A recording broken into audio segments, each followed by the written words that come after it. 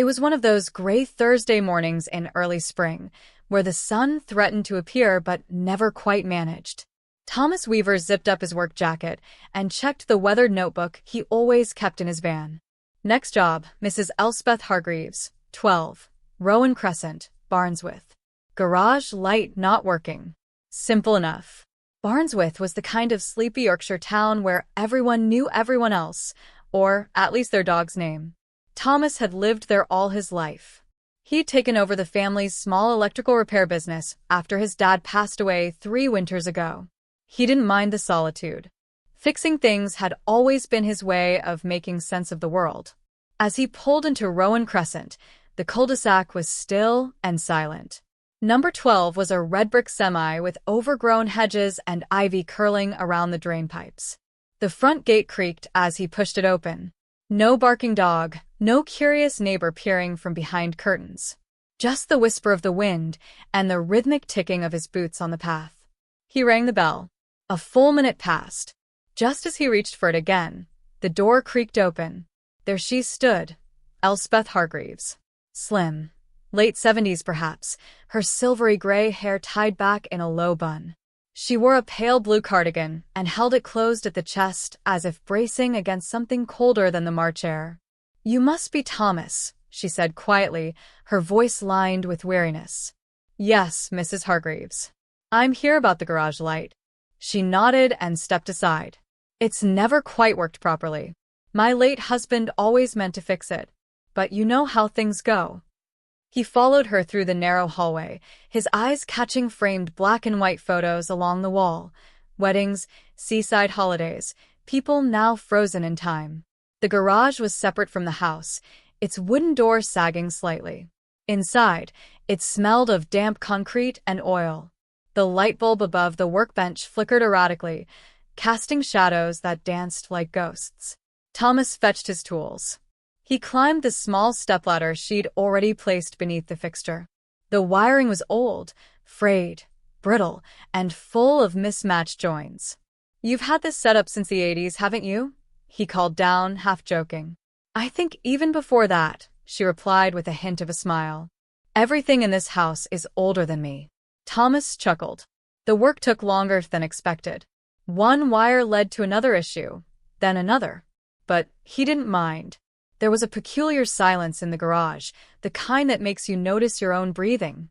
Mrs. Hargreaves sat on an old wooden stool, watching him with the stillness of someone who didn't have many visitors.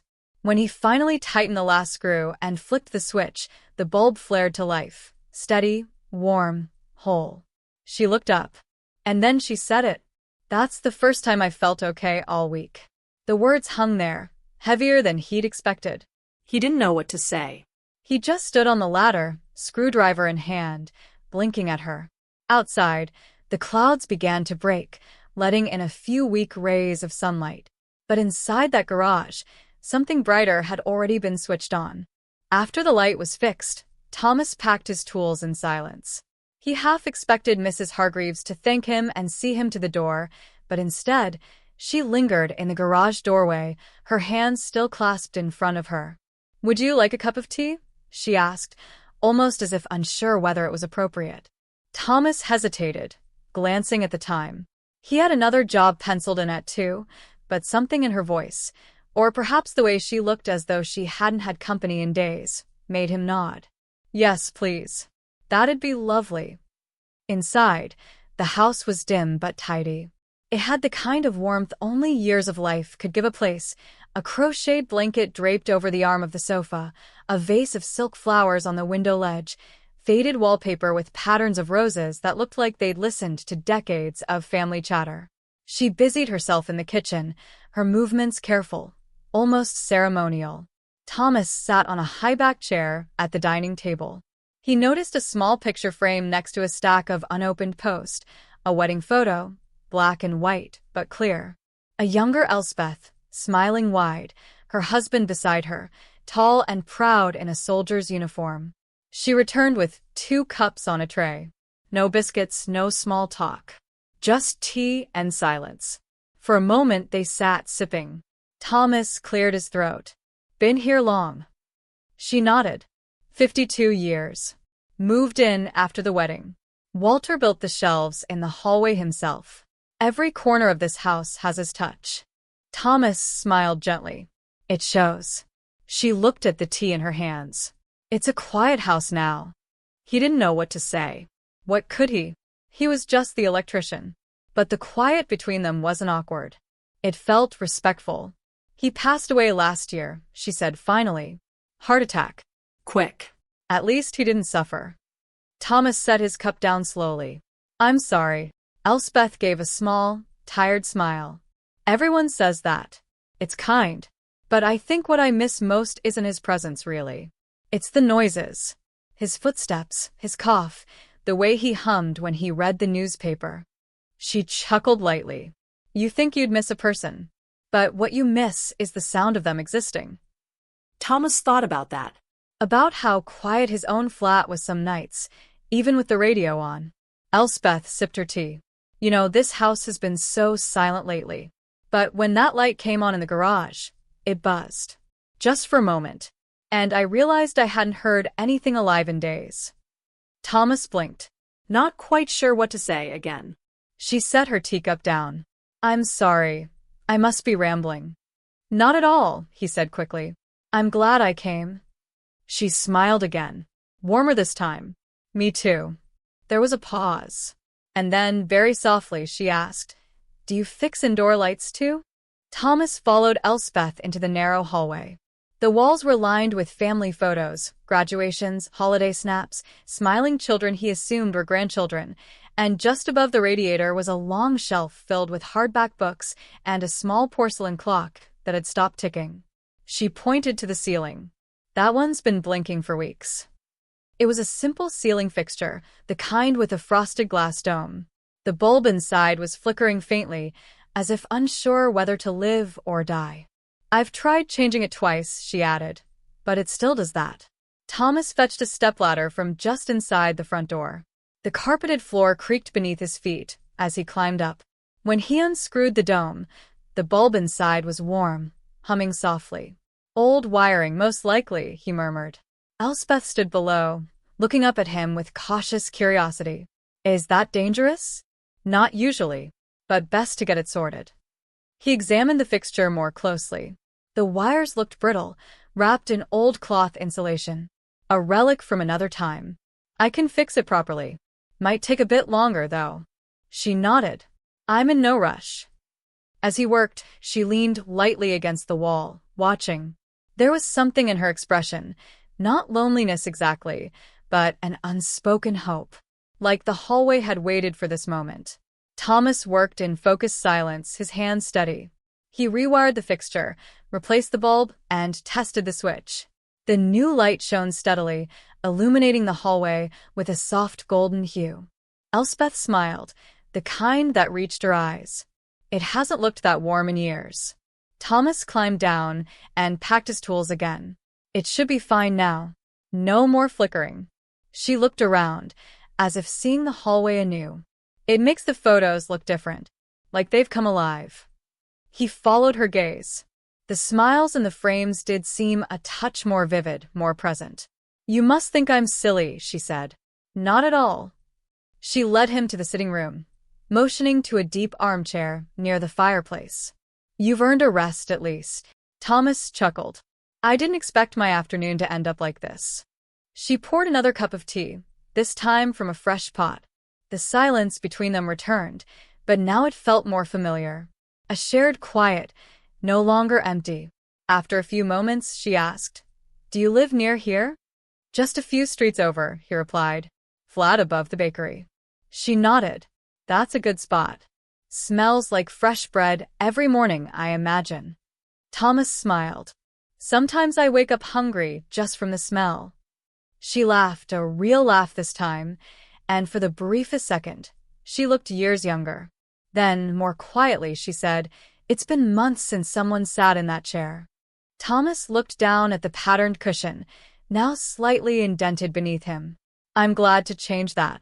And Elspeth, still holding her cup, said, So am I. The late afternoon light filtered softly through the lace curtains, casting intricate patterns on the floorboards. Thomas sipped his tea, letting the warmth settle into him. Elspeth had turned on the small radio on the mantelpiece, letting it hum quietly with a classical tune, something light with violins. His eyes drifted toward the porcelain clock on the hallway shelf, the one he'd noticed earlier. "That clock's stopped, hasn't it?" he asked. Elspeth followed his gaze. Yes. It stopped the night Malcolm passed. Thomas didn't press.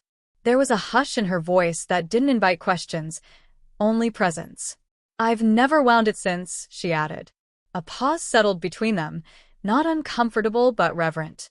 Then, without really thinking, Thomas stood and stepped back into the hallway. He gently lifted the clock and brought it to the sitting room. "May I?" he asked. Elspeth gave a soft nod. "If you like." The clock was delicate in his hands, ivory white with faded gold trim. It felt heavier than it looked. He turned it over and opened the hatch at the back. Inside, the winding mechanism looked old but intact. He took a small key from his toolbox, the kind he always carried for drawer locks and antique fittings. Slowly, he began to wind. The clock gave a gentle tick, then another, and then a steady rhythm. Elspeth stared, eyes wide.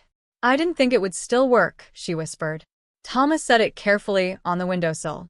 The ticking seemed louder in the quiet of the room, marking each second as if they suddenly mattered again. "I used to hear that every night," she said. "For decades." Neither of them said anything for a while. The only sounds were the steady tick of the clock and the radio's soft strings. Finally, Elspeth broke the silence. "That's the first time I've heard it since I was alone." Thomas didn't speak. He just nodded. She stood, walking over to the clock. Her hand hovered above it for a moment, then gently touched the rim, as if greeting an old friend. "I feel like I've been paused," she said quietly. "Just waiting." "And now?" he asked. She turned to him. "Now it feels like something's moving again." They didn't say goodbye when he left later that evening. Instead, she walked him to the door, still holding her cup of tea. "Will you be around next week?" she asked. "I can be," he replied. Good. "The garden light is acting up too." He smiled. "I'll bring a longer ladder." She grinned. "And I'll make something sweet. You're not allergic to lemon, are you?" "Lemon's perfect." As he stepped out into the cool dusk, Thomas realized something had changed. Not just in her home, but in him too.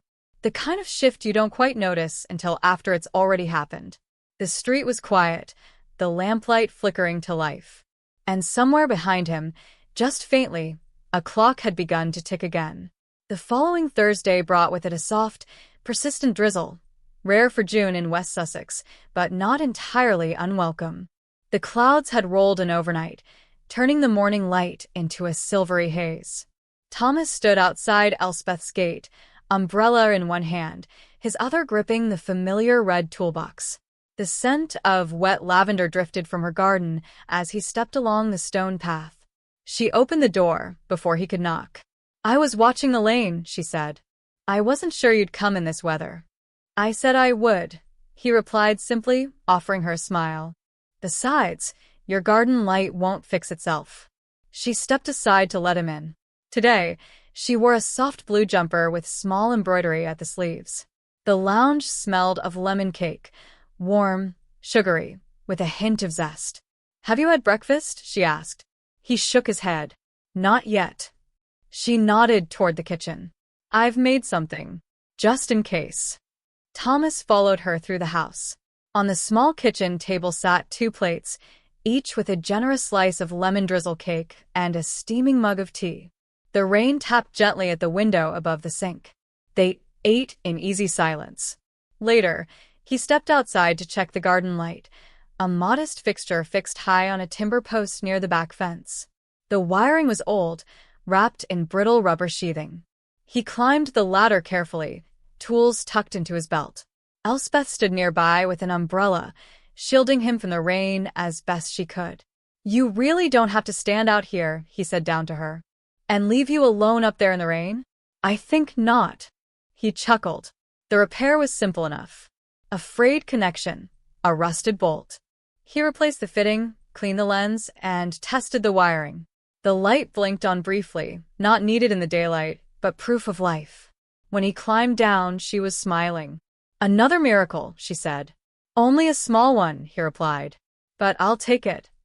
They stood a while under the umbrella, watching the rain settle over her garden. Puddles formed in the gaps between the stones. A blackbird hopped between them, shaking droplets from its wings. "Elspeth," Thomas said, after a long pause, "do you ever think about leaving this place?" She looked at him, surprised. "Sometimes. But not for long. Malcolm and I built this life together, brick by brick. It's more than a house." Thomas nodded. She added, "But lately, it's felt less heavy."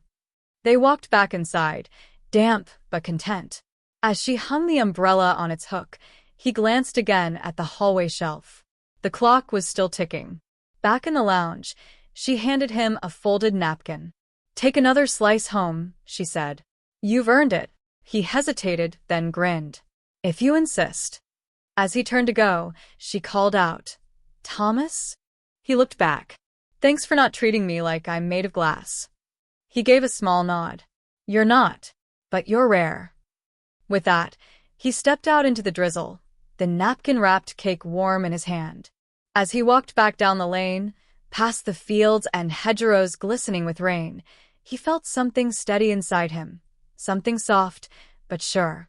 A week passed before Thomas returned to Elspeth's cottage. Not by choice, but due to a flurry of unexpected jobs across the village. A burst pipe at the school, a jammed gate at the pub, a faulty oven at the rectory. Still, she hadn't left his thoughts. When he arrived, the sun was back in its place, crisp and golden, casting dappled shadows over her front path.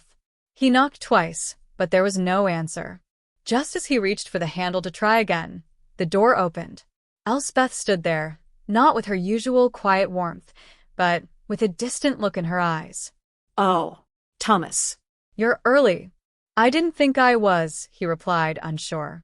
She stepped back to let him in, but she didn't smile. The lounge felt different. Not in the way a room feels when it's been cleaned or moved around. More like the air itself had shifted. Heavy. Still. "Everything all right?" he asked. She nodded, far too quickly. "Yes." "Yes, of course." He noticed a folded letter sitting on the mantelpiece. Unopened. It was addressed in a neat hand he didn't recognize. As she moved to the kitchen, he remained in the lounge, the smell of polish and lavender unusually sharp. He found his gaze returning to the letter again and again. When she re-entered with tea, he tried to shake it. "I've brought the replacement switch for your porch light," he said, pulling it from his bag. "Shall I get started?" "If you like," she said, setting down the tray. But her voice had lost its usual lilt. As he worked, he could hear her moving about the house. But not in her usual rhythm. No humming, no kettle boiling, no gentle rustle of fabric. Just footsteps. Hesitant. Wandering. When he finished, he found her standing in the hallway, staring at the same letter on the mantel. "Bad news?" he asked softly. She looked at him, startled. "It's from Malcolm's sister," she said. "We've not spoken in nearly 3 years." Thomas said nothing, only waited. She's moving. Found the old family albums while packing. Thought, I might want some of them. And a box of things from Malcolm. He could see the tension in her jaw, the way her hand tightened around her cup. "I haven't opened it yet," she admitted. "You don't have to." "I know," she whispered. "But I think I will." She opened the letter slowly, carefully, like peeling something fragile. Her eyes scanned the page, line by line, her lips tightening. "She says there's a voice recorder in the box," Elspeth murmured. "He used to leave little messages when he traveled." "I'd forgotten." Thomas stepped forward gently. "Would you like me to stay?" She didn't answer right away. Then, quietly, "Yes, please." He sat beside her as she read through the letter once more. The words were simple, polite, but heavy with memory. Elspeth didn't cry, but her silence grew louder, more weighted with every passing second. Later, she brought the box from the hallway cupboard. It was taped shut with an old strip of brown paper. Together, they opened it. Inside were photographs, black and white then color. Notes in Malcolm's hand. a watch, and, wrapped in a silk scarf, the recorder. She didn't press play that day. Instead, they sat in the quiet, side by side, the box between them. Outside, the breeze shifted the leaves gently. The moment didn't need sound. Rain came down softly the following evening, pattering gently against Elspeth's windows like a hesitant knock. The cottage was wrapped in a quiet glow, amber from the hallway lamp, flickering slightly, as if uncertain of its place. Thomas arrived with 2 scones wrapped in a napkin, his jacket damp and hair curling slightly from the drizzle. "You'll catch a cold," Elspeth said, taking his coat. "Worth it," he replied, brushing water from his sleeves. "Thought you might fancy something sweet." She gave a small smile, touched by the gesture. Her eyes, though, still carried the shadow of the unopened past. The box from Malcolm sat untouched on the coffee table, as if waiting patiently to be remembered. And tonight, something in the air, the hush of the rain, the warmth in the cottage, or simply the slow, shared comfort between them, gave her courage. "I think I'm ready," she said quietly, looking at the recorder. Thomas didn't speak. He simply nodded and sat beside her. She reached for the device, her fingers trembling slightly as she flipped it open. A small, worn button read play. With a breath held longer than she intended, she pressed it. There was a small crackle, and then his voice. "Hello, my love. I'm somewhere between Newcastle and Edinburgh right now. The clouds are stunning, like layers of whipped cream. You'd laugh at how bad the tea is here." Her breath caught in her throat. The voice wasn't a ghost. It was Malcolm, young, warm, so familiar it ached. Thomas remained still, his hands folded gently in his lap. The voice continued, rambling, affectionate, mundane in the way that memories often are. A missed train. A pigeon that stole his biscuit. A story about a hotel receptionist who reminded him of her mother. Elspeth smiled through tears. Her hand slowly reached for Thomas's, resting between them. Another message played. "By the way, if I forgot to say it this morning, thank you for being the constant thing in my life when the world gets too noisy. I know I don't always say it properly, but I see you. I see how much you do. I love you more than I ever find the words for." The recorder clicked softly. Silence followed. Neither of them moved for a while. Eventually, Elspeth wiped her cheek and placed the device back in the box. "He always had a way of saying the right thing too late," she murmured. "Sometimes it's not too late," Thomas said gently. She looked at him, properly looked, and in that moment, she didn't feel fragile. She didn't feel broken. She felt seen. "Would you stay for dinner?" she asked. He smiled. "Only if I'm allowed to make it." A week passed. The skies above Kendal were gray and heavy again, but Elspeth no longer minded the rain. It seemed to echo the stillness she had finally found inside herself. Thomas had begun stopping by more often. Sometimes he brought pastries, sometimes a spare light bulb or a roll of tape, and other times, nothing at all, just himself and a kind smile. She didn't always say much, but she let him stay. That, in itself, was something new. One afternoon, she stood by the window watching rivulets crawl down the glass, cradling a mug of tea. The garage light, the one Thomas had fixed on his first visit, flickered once and held steady, a quiet sentinel in the mist. It reminded her of that day. Of how hollow she'd felt. How much had changed since then? Thinking again? Thomas's voice came from the kitchen, soft but certain. "A little," she admitted. He emerged, wiping his hands on a tea towel. "You always do." She smiled, a faint twitch at the corner of her mouth. "Don't make it sound like a bad habit." "It's not," he said. "It's what makes you see things the rest of us miss." There was something in his tone, admiration, perhaps, that made her look up. For the first time, she didn't flinch at being seen. That evening, she brought out a small wooden box, one she hadn't touched in years. Inside were photographs, black and white ones of her parents, a yellowing Polaroid of her and Malcolm in the Lake District, and a newer one of her, smiling awkwardly beside a cake on her 60th. Thomas sat beside her, careful not to crowd. He pointed to one. "You look just like your mom," he said. She was braver than I ever was. I don't know about that. They sat for a while, the box between them, as rain peppered the roof above. There was no need to fill the silence. Then came a knock at the door. Elspeth hesitated. No one came to call at that hour. Thomas stood first. Want me to? She nodded. He opened the door to find a young woman in a pale coat, soaked and breathless. Her hair clung to her face, and her suitcase sat at her feet, muddy at the corners. I'm sorry, she said. Is this Elspeth Cunningham's home? Elspeth stood now, heart stuttering. Yes, she said carefully. The girl stepped forward, eyes wide and hopeful. I think you might be my grandmother. Elspeth stared at the young woman, her mind racing to catch up with the moment. The girl's eyes were an uncanny reflection of her own, the same deep hazel, flecked with gold. My name's Isla, the visitor said softly. I've been trying to find you for a while now. Mum said you might want to meet me. Elspeth's heart fluttered between hope and uncertainty. Thomas stepped inside, offering a warm smile and a towel. Come in, Elspeth said, her voice steadier than she felt. You must be tired. Isla nodded, accepting the towel gratefully.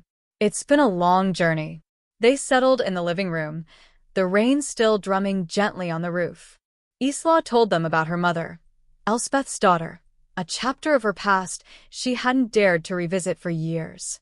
How life had been difficult, how she'd been raised mostly by relatives, always wondering about the grandmother she never knew. Elspeth listened, eyes brimming with tears, feeling years of regret soften into something like forgiveness. Thomas reached over and squeezed her hand. You're not alone anymore. The evening stretched on with stories shared, tears shed, and the quiet rebuilding of a family fractured but not broken. Outside, the rain began to lighten, and somewhere deep inside, Elspeth felt a fragile but genuine spark of peace. Days turned into weeks, and life in Kendal slowly found a new rhythm. Elspeth and Isla grew closer with each passing day, sharing memories, laughter, and the quiet moments that build bonds stronger than time. Thomas remained a steady presence, a friend, a listener, and sometimes a source of gentle encouragement when old doubts crept back. One afternoon, as sunlight finally broke through the clouds, Elspeth and Isla stood by the garage light. It flickered once, then shone bright and steady. That light, Isla said, it's like you, always finding a way to shine, even after the darkest storms. Elspeth smiled, feeling warmth spread through her chest. Thank you, she said softly, for coming back. Isla reached out, taking her grandmother's hand in hers. No, she replied, thank you for never giving up on me, even when it felt like the world had. The past was not forgotten, but it no longer defined them. Together, they would write new chapters, filled with hope, healing, and the promise of brighter days ahead. And as the garage light glowed steadily in the fading afternoon, Elspeth felt, truly, for the first time in a long time, okay.